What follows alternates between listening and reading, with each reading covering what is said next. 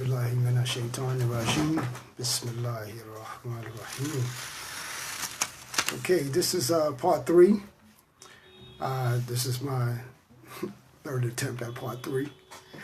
And the title of this broadcast, this series has been my Ancestor Bilali. And for this particular portion, the subtitle is Allah's Pen. Or as they say in the Arabic Quran, Allah's Qalam. Allah's pen or Allah's Qalam. So I pray Allah that He guides my words and that they're streamlined and cogent, and hopefully you'll be able to follow.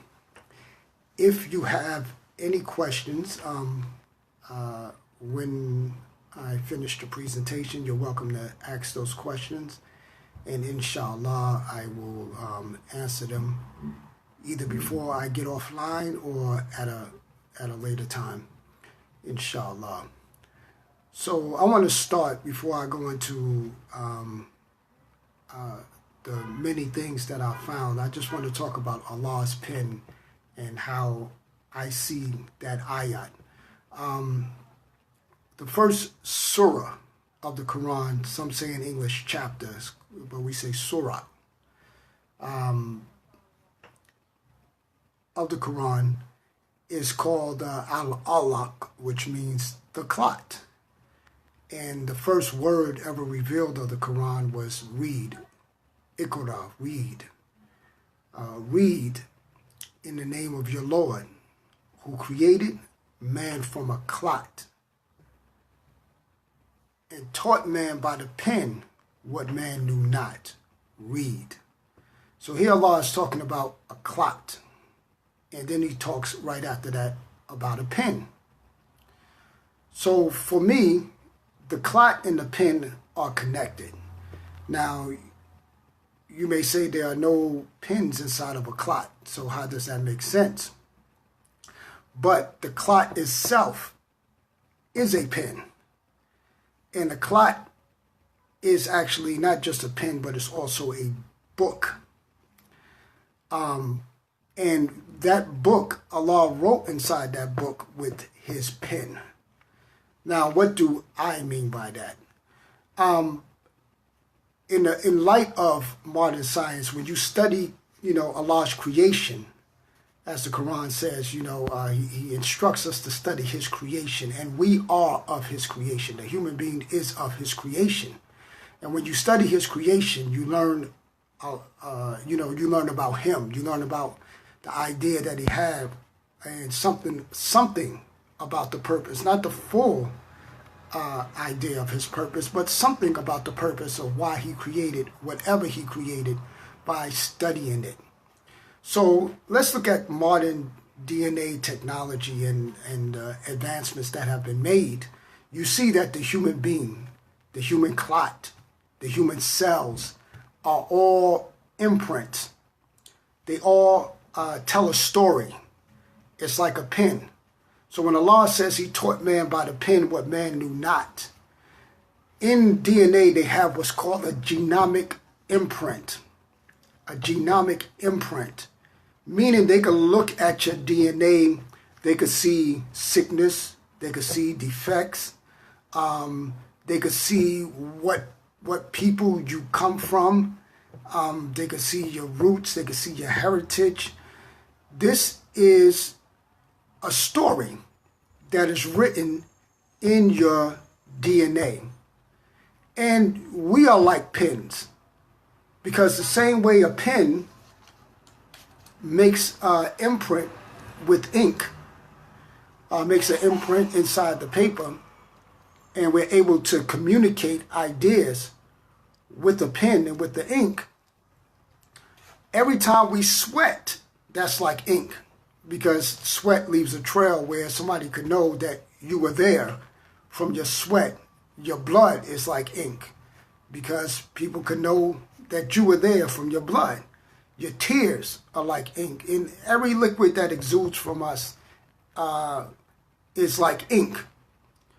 So in that, human ink, there's information. There's inclinations. we are programmed to behave a certain way by Allah's pen, by what he writes inside of our nature, inside of our genome, as they identify it today. So this genomic imprint that I've been discussing about in the last two presentations and many presentations before, that I call genetic memory, this is all a testimony to Allah's pen, Allah's writing inside of the human being. And you know, every step of the way of our life, we can say that it is maktub. You know, maktub in Arabic means it is destiny, but the literal meaning is that it is written of us to do what we are doing. So now we understand that concept clearly through what we have discovered and what scientists have discovered about DNA. So when I tell this story, and what I'm about to tell you is the story of my, of the steps that I've taken so far, and the things I've discovered, that not every, but practically every move I made in regards to these discoveries about my heritage, it was on Allah's guidance. It was already maktub. It was already destiny. It was already written. So first I want to talk about, a series I used to do many years ago. And I just, those who follow my page for a while, I used to do a blog talk radio called Science and Civilization of Islam. And it was inspired by the title of this book, which dealt with the advancements during the medieval period of Islam. And there are several books out there about, how Islam invented the West, and how the knowledge of Islam is at the root of the West. And I was fascinated by those books, and I have several books on my shelf dealing with those subject matters. So, but not knowing that I would discover one day that this had something to do with me, because in the book it just talks about the Arabs, and the Arabs, and much of it was talking about the House of Knowledge, or the House of Wisdom in Baghdad, and how, from the beginning the Arabs came up out of Arabia, southern Arabia, up into Baghdad. Ali ibn Talib, the nephew or the cousin of the Prophet Muhammad, peace be upon him, and and him going into Baghdad, and it wasn't Baghdad yet, but into what is called Iraq, and some of the Sahaba, and then from there later on, they established the Islamic methabs and schools at Basra and Kufa, and then from there, they left out of Iraq and Syria and all those places with Muawiyah, and you had the Umayyads, and you had the Abbasids, and then from Arabia to Iraq, and then from there they went across and swept through, first to Egypt, and then across North Africa, going all the way eventually into southern Spain. So again, I'm reading this history, I'm fascinated by it, and had no idea that that it would have anything, to do with me. I just was like, wow, this is like great history. So, excuse me 1 second.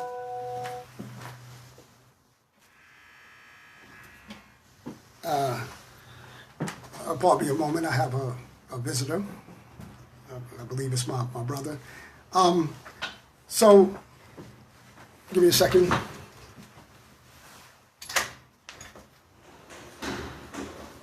on. Alaikum salam. I'm doing a little broadcast. Oh, yeah? Yeah, come on. Yeah, come on, come on, come on. I gotta get someone else on my vehicle. Okay, go ahead. Okay. I got you. All right. All right. My brother Sue paying me a visit. So,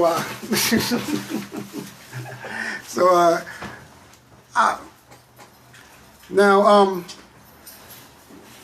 so as I was saying, so, you know, I'm studying this history, I'm attracted to this history, and I'm just going through, just reading and learning the Arabic language and increasing my knowledge of this history. So time goes on again, as you know, I learn my roots and so forth and so on. I want to read particularly from the history of the Fulani people in Fouta Djallon. Now, I've got into a lot of trouble with particularly Fulani people when I did my presentation about Uqba ibn Nafi. And when the Umayyads came to North Africa and the relation between Uqba ibn Nafi and the Fulani people. And, and a lot of Fulani took issue with that because they said that, not all Fulani descend from Uqba ibn Nafi. And that this was basically a story that that their ancestors told them to make them more in tune with Islam. But from my research, there is some truth that, the companions and the Sahaba of Prophet Muhammad, peace be upon them, when they came across North Africa, that they married into the Fulbe people. So this has always been my conclusion from the research that I have done, that when they came through North Africa during that period, that they met with the Fulbe people. So then, as I continue to study, they went from they went across North Africa. Then they went. Uqba ibn Nafi is said to go into southern Mauritania, and there he said he found some beautiful women, some women that he's he never seen before. They were very beautiful. So for me, there was no doubt in my mind he's talking about Fulani women. Fulani women are the top models, even in France. The top model, there's a woman called the Pale Princess. She was the top model in France many years ago. All throughout West Africa, Fulani women win beauty pageants. So I knew when I read that portion of the history, I said, oh, this must be Fulani women. And it is said in the history of Baghdad that the mother of Al-Mansur, who is the founder of Baghdad,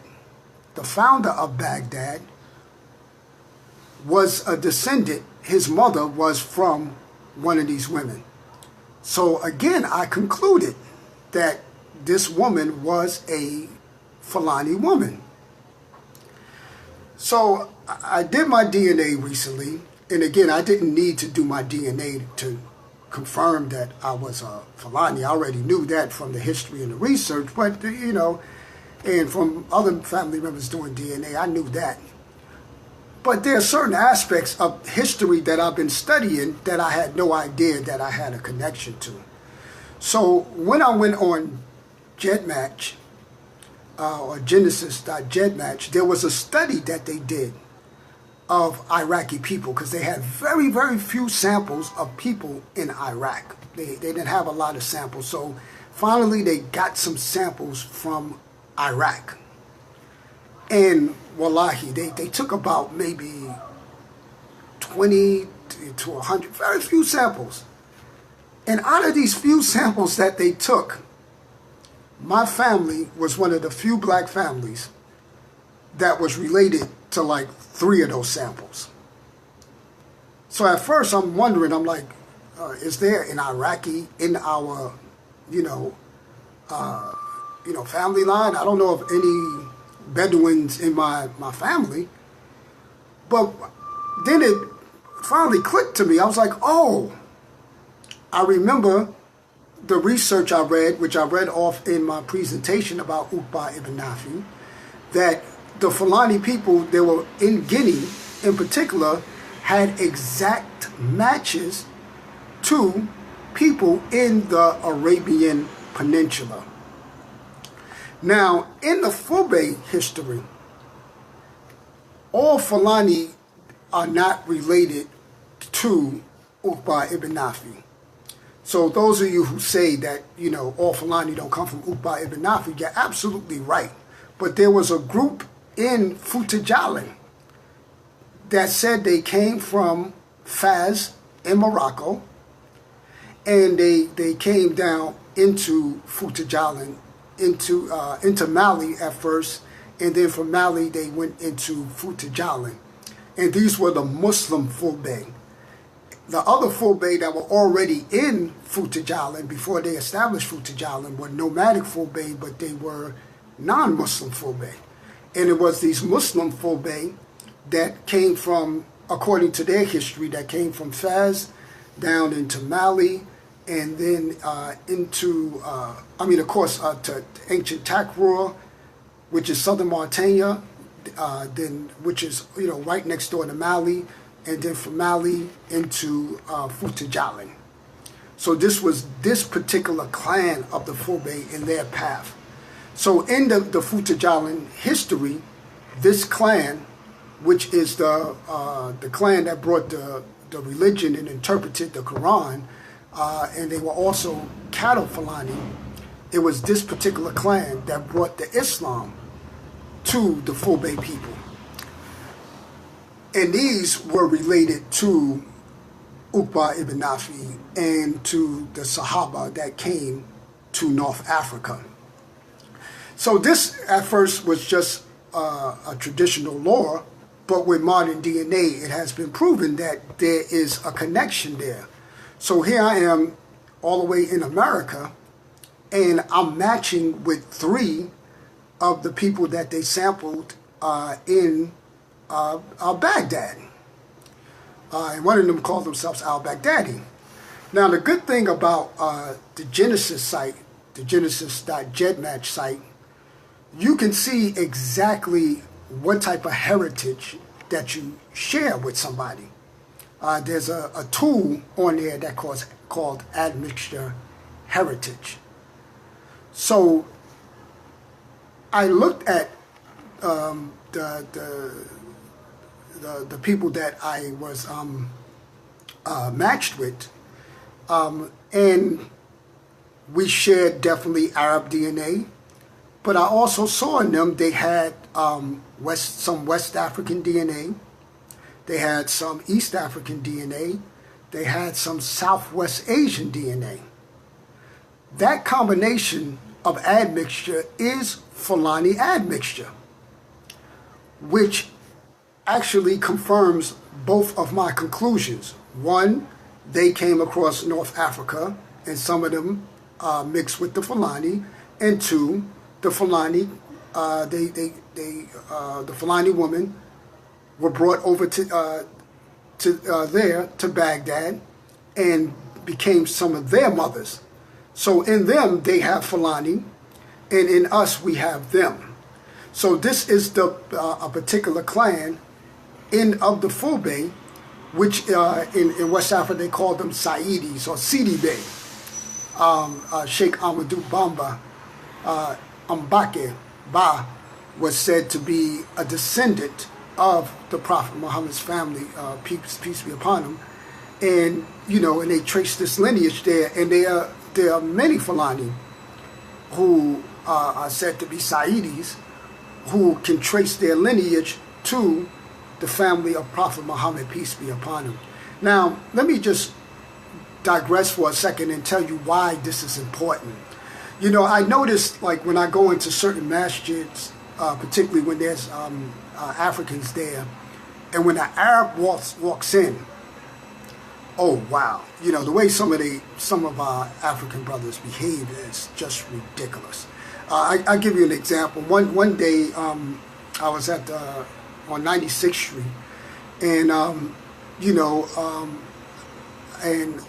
I had missed the first Juma for Maghrib. So the way it works out, whoever's next, if you know how to read the prayers, you just go ahead and lead the prayers. So I was up. There was me and there was an African brother. So here, a light-skinned person came. He could have been Arab. He could have been Pakistani. And the African brother was like, go to the front.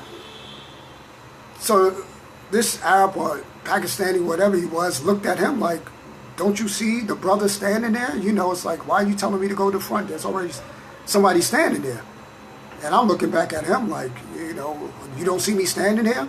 So, but this is the attitude. Like, if an Arab walks in, you give deference. Even though the Prophet Muhammad, peace be upon him, said there's no superiority of the Arab over the non-Arab. But still, many behave as if there is. So it's good to know that there are Sayyidis among black people. Yeah, there are Sayyidis among black people. Don't assume just because someone's an Arab, and you know they say the Prophet Muhammad, peace be upon him, married into every Arab tribe. So they, people extrapolate from that every Arab is a Sayyidi. Some of these Arabicized people come from Turkey. I know a brother from the Yemen. He calls himself Al-Turki, because he acknowledged his ancestors are originally from Turkey. There are some that came into the Middle East from Eastern Europe and, converted to Islam and became Arabicized.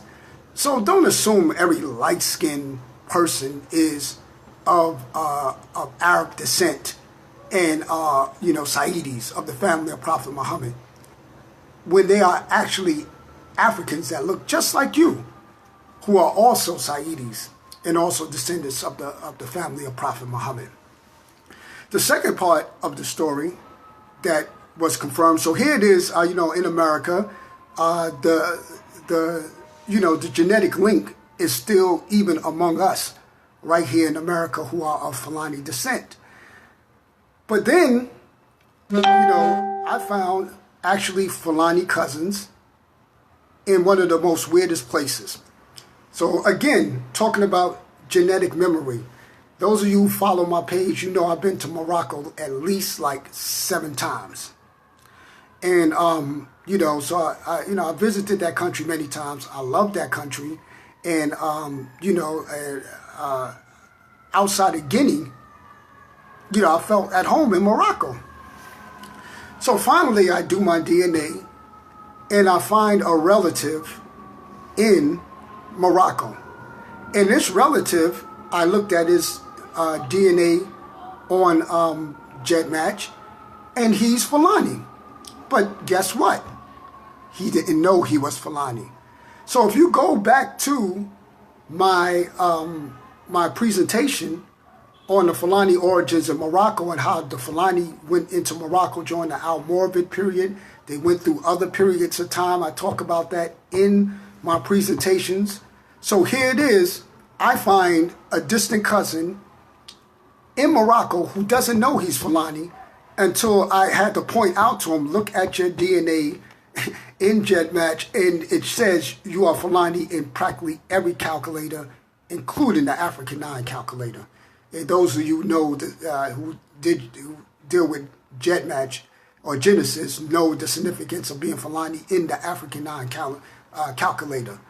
So that confirms that, what I saw and what I witnessed inside of Morocco during the 7 visits I went there. I saw those people in Marrakesh, and I knew that they were of Fulani heritage and that they were Fulani descendants who assimilated into Moroccan society. So I'm going to stop right there because again, I have a family over, and I want to continue at another time. I guess I have to do a part 4. There's so much more I want to say, and I want to show you, inshallah, how to read your DNA analysis. One of the common mistakes that I find people make, for instance, when they go into Genesis and it shows them their top 20 populations, people think they're related to all top 20 populations and that they come from all top 20 populations. And that's not what it's saying. What it's saying is that you are related to one of these top 20 populations. Sometimes it's your first population. Other times it might be your third population. But you have to know how to discern which population you belong to. But let me just say this, keep it simple. If you look in the mirror and you look like a Fulani, and Fulani is not your first population, but it's in your top 20, then know that your face is not making a mistake. And this is what I try to get across to people all the time. If you look at a pit bull, you don't have to do a DNA to know that the pit bull is a pit bull. If you look at a German Shepherd, you don't have to do a DNA to know that a German Shepherd is a German Shepherd. So if you know the history of the people that came on the slave ships, you look in the mirror, you know how you look, you know what people you resemble, the macrocosm says it all. But when you look at the microcosm and you go into the DNA, you see those populations. If the population you resemble doesn't come up as your first population, don't start questioning your whole existence, nor should you believe that you come from all of these populations. You have one Y chromosome as a male, and as a female, you have 2 X chromosomes. So, you look at that list and you see what people you resemble. You study the behavior of those people, and you see what behavior is exhibited in your family. And then from there, you look at the history of the tribes that were brought over here to America. And just those 3 factors, your physical features, your behavior, the history of the people that were brought to America, you could come to the reasonable conclusion, because it's not rocket science. And again, you don't get a face by accident, you don't get a behavior by accident.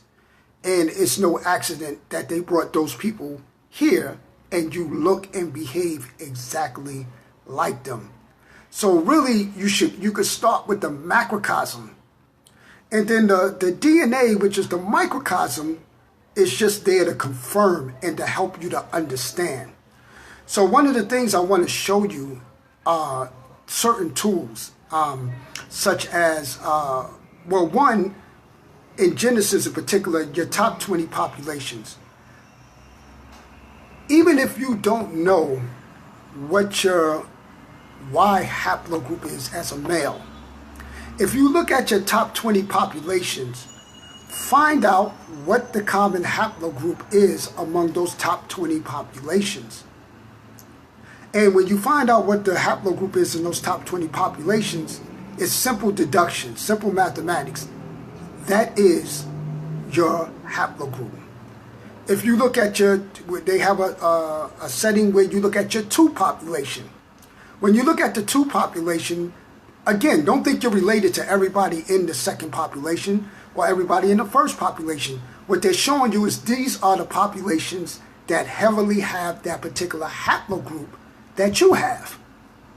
So if you see that same population come up 10 times, then look at, okay, what is the haplogroup that has that? For instance, I came up Fulani for my top 10, and then there was Hausa, then there was Bamoon. These people have E1B1A. My haplogroup is E1B1A. So it's going to give you the top 10 populations that have E1B1A. My maternal DNA is U5B1B. So I come up as North African. In Africa 9, I'm North African Jew, like in Moroccan Jew, like 10 times. But they'll still call me anti-Semitic whenever they get ready. But I got so-called Moroccan Jew DNA and North African Jew DNA.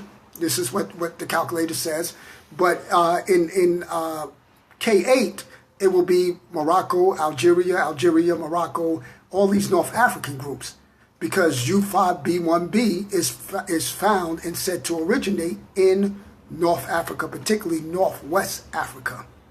So when you just look at, I'm saying this to those who have their DNA on Genesis, if you just look at those 2 populations and look at the common haplogroups of those two populations, then if you don't know your haplogroup, you can extrapolate very easy from that your haplogroup is the common haplogroup of those groups in your two primary source populations. Okay, so I'm going to stop right there. I'm going to allow you to do a little homework for those of you who have done your DNA and that are on Genesis and GEDmatch. And again, if you have any questions, you could leave them here or you can inbox me, either one, and I'll be more than glad to try to help guide you to understanding your DNA. Okay, I'll stop right there. Thank you for listening. I wanted to make this presentation shorter than the last one, and inshallah I will cover more ground in the next video. Assalamu alaikum.